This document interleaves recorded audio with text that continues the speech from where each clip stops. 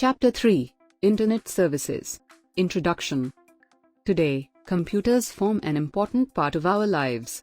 They do most of the important work and are found almost everywhere. However, the computer would never have been so popular and widespread if it was not for the Internet. The Internet, as you know, is a medium for communication and exchange of information. It connects millions of computers using a global network. The extensive list of services available on the Internet is what makes it so popular. Some of the important services available on the Internet are as follows: 1. Information retrieval. 2. Locating information using search engines. 3. Email. 4. Chat and instant messaging. 5. Video conferencing. 6. News group. 7. E-commerce. 8. Blogging. 9. Social networking. 10. Cloud computing. Information retrieval. Information retrieval, IR, is the method of accessing and obtaining information from the World Wide Web. The online information retrieval, or online searching, is the acquisition of information from a distant computer via a terminal or PC, involving an interactive dialogue between an inquirer and the computer. The computer handles a number of databases stored in electronic form, consisting of references to journal articles, research papers, examination results, dictionaries, etc., which the Information Retrieval Services, IRS, makes available to interested parties. Locating information using search engines. Search engines are specialized websites that help you to find what you're looking for on the web. All you have to do is just type in one or more keywords, and the search engine will look for information matching your requirements all over the net. Every Internet user must have a good knowledge about search engines and searching in order to fully explore the wonderful world that the Internet opens up. Today, there are so many search engines available on the Internet, each with their own special abilities and features. But the most popular ones are Google, Yahoo, and Bing. Email. Email is short for electronic mail. Similar to a letter, it is sent via the Internet to a recipient. An email address is required to receive email, and that address is unique to the user. Some people use Internet-based applications and some use programs on their computer to access and store emails. How does email work? Think of an email as the postal service. To receive an email, you must have an email account on a mail server. This is similar to your mailing address where you receive letters.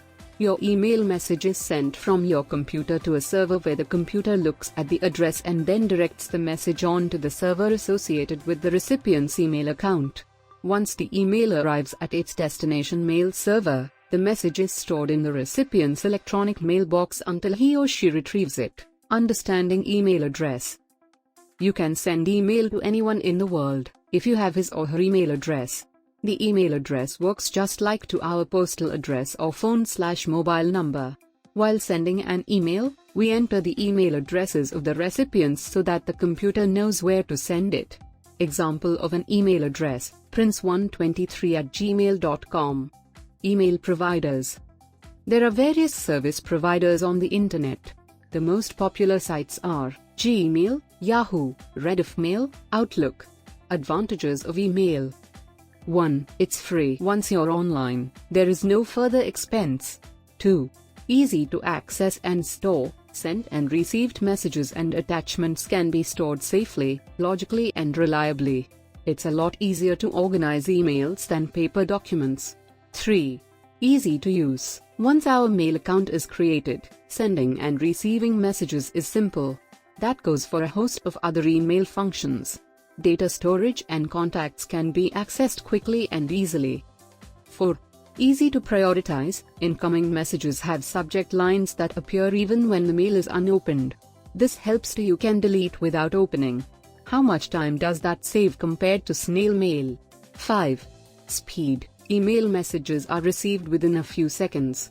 Email is faster than any other form of written communication commonly used today. Chat and instant messaging.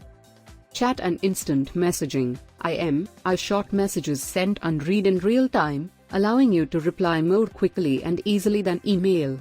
Chat and IM are generally used when the sender and recipient at the same time are online at the same time. By comparison, An email message won't be seen until the recipient checks his email, meaning that chat and IM are better for quick messages and conversations. The smart rules: how to stay safe while chatting. Safe. Ensure personal safety by not giving out your personal information to stranger on the net. Meeting. Meeting someone you have only been in touch online can be dangerous. Accepting. Accepting emails, messages on from people you don't really know is unwise. They may contain nasty messages and images or viruses which can harm your computer. Reliable. Information provided by online friends is not reliable. Remember that people met online may not be who they claim to be, so online friends are really strangers. Tell your parents or guardians if someone or something makes you feel uncomfortable or worried. Video conferencing. Video conferencing, or video conference, refers to the act of conducting a conference between two or more participants at different sites, by using computer networks to transmit audio and video data. For example, a point-to-point, two-person, video conferencing system. Each participant has a video camera, microphone, and speakers inbuilt or mounted on the computer.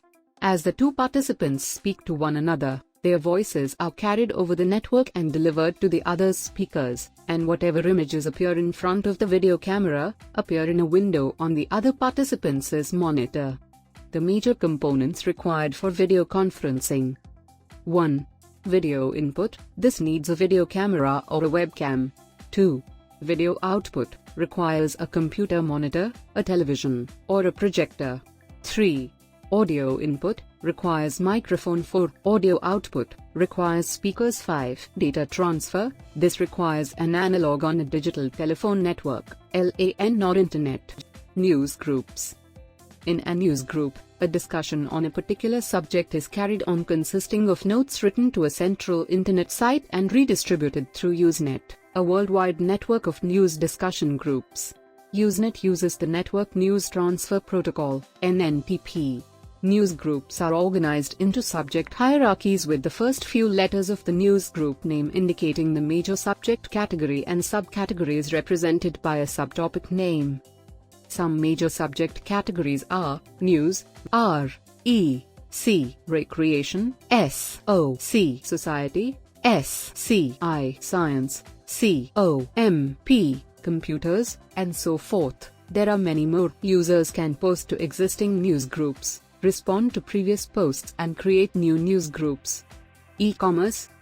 Electronic commerce, commonly known as e-commerce, is a type of industry where the buying and selling of products or services is conducted over electronic systems such as the internet and other computer networks.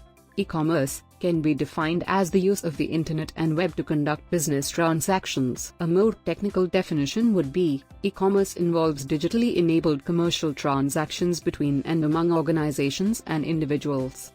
Blogging.